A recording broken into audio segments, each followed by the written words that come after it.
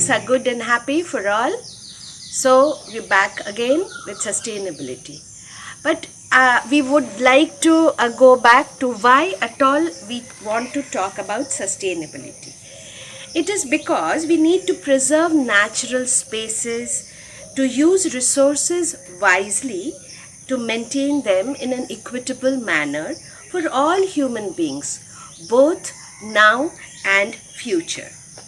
And to maintain such a relationship so that the future generations can also use it, we in 1987 there was this Brundtland Commission which had stated that meeting the needs of the present without compromising the ability of future generations to meet their own needs. That was about sustainability then. But why are we actually talking about it? Why should the nature not take care? Because we as human beings are multiplying by the day. And you can understand, within 100 years, the population of the world has risen from 1.5 billion to more than 7 billion. We would touch 8 billion very soon. So you can understand in what proportion we are moving.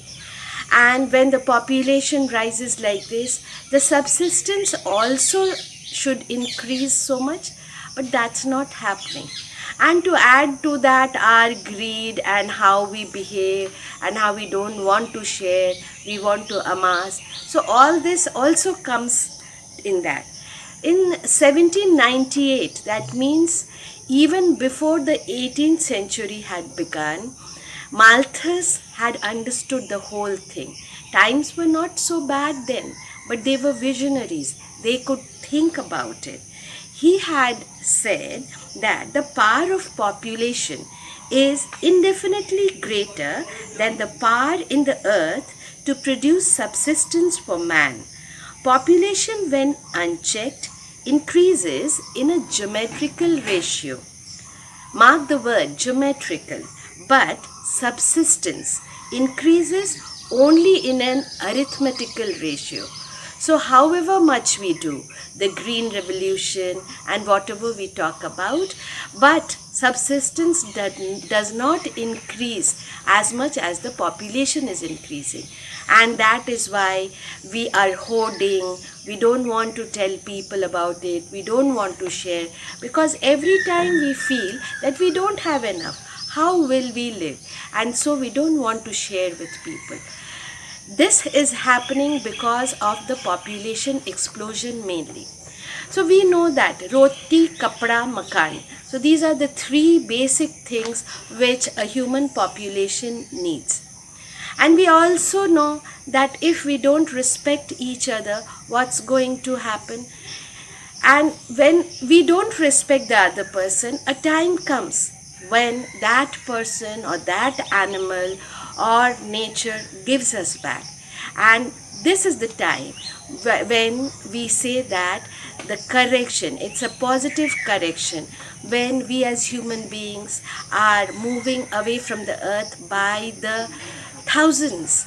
So we say that this is the time when the earth is taking a positive correction of the population explosion. But this is not a very happy thing for us. We don't want to make this happen. We still want everyone who is born to be here. So where should the correction be actually? In the birth rate. If that can be corrected, maybe things will be better. Then we will not be using up the resources as much as we do, because our needs will not be as much then. That is understandable. And this roti, kapda, makan, as I said, so the basic thing is, when we have place to live, enough to eat, and clothing to keep us okay, the basic needs are met. But then the greed takes over, and we know greed can never be satiated. So when we talk about nature, you will understand that nature has its own rhythm. But because of this greed, when we want to use the resources only for our present needs, we don't even understand what will happen if we don't care enough. That is what's happening now. You can see the locusts invading because the temperature, the climate conditions are such that they can multiply. And these swarms of locusts have the ability to damage crops, to kill people even. So, in this whole scenario, whom are we to blame? Are the human beings not to be blamed? Nature has its own rhythm, right? But then human beings are also to be blamed. And when we talk about locusts, our mind always goes to the honeybees. The honeybees are a very important link in the whole ecosystem. In the ecosystem, we all know about the producers. The plants produce enough for us to have food, shelter, clothing. Even if no animals were used, we could get everything from the plants. But these plants have to grow. And how do they grow? Because of pollination. The insects, wind, water pollinates the flowers of the plants, and because of the pollination we have fruits, and then the seeds are dispersed, and because of this dispersal of seed we find plants growing. But out of all the plants that grow, the trees and the green cover that we see, 80% of the plants are pollinated by insects. And in the insects also, a very large chunk, more than 80%, are pollinated by bees. But nowadays, we don't see enough bees around. What is the reason? We would all have been stung by bees sometime or the other, but and we did not ever realize, although we are stung by the bees, they are good for us. And here comes the thing. Because we are stung by the bees, we would kill them, we would burn the beehives. Not only do the bees give us honey and the wax, there is a lot of wax in the beehives which is used for many purposes. They have a very low melting point and they can be used for batik, for doing many other works. I'll not go into the details there. So, but other than that, one thing that they do without even knowing is their legs have fine bristles and their wings also act as surfaces where the pollen grains attach. So when the bee moves from one flower to the other, happily having enough nectar, it carries pollens with it and it sheds pollen somewhere, it takes pollens from there.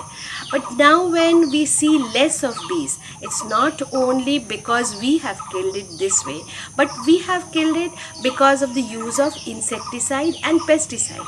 The word insecticide, they kill insects, and are bees not insects? They are pests.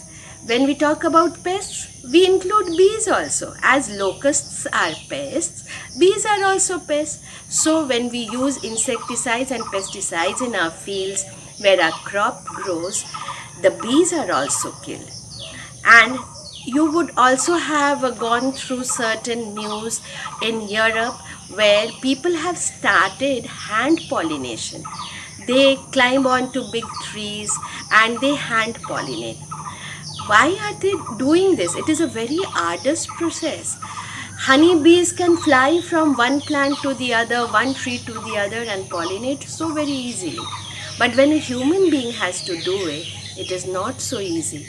It takes months to pollinate a big field of plants. But the need is because when the 80 or 87% of the plants that are pollinated by the bees are not done so. So automatically these plants would perish over time, and because of this the carbon dioxide and the oxygen balance in the atmosphere will go down. And because see how there is a chain, a cascade, and because of this gases, imbalance in the gases in the atmosphere, other plants will perish, so will the other animals, human beings, and even the algae and other water aquatic plants would not be able to survive. The hydrophytes will also not be there. So as a result, slowly we would see that because of the bees, the whole living universe will see a change. And because we have not taken of the bees, the human beings will also perish. It may seem very weird, but it is true. If you think properly, it is true. That is why people have started hand pollinating.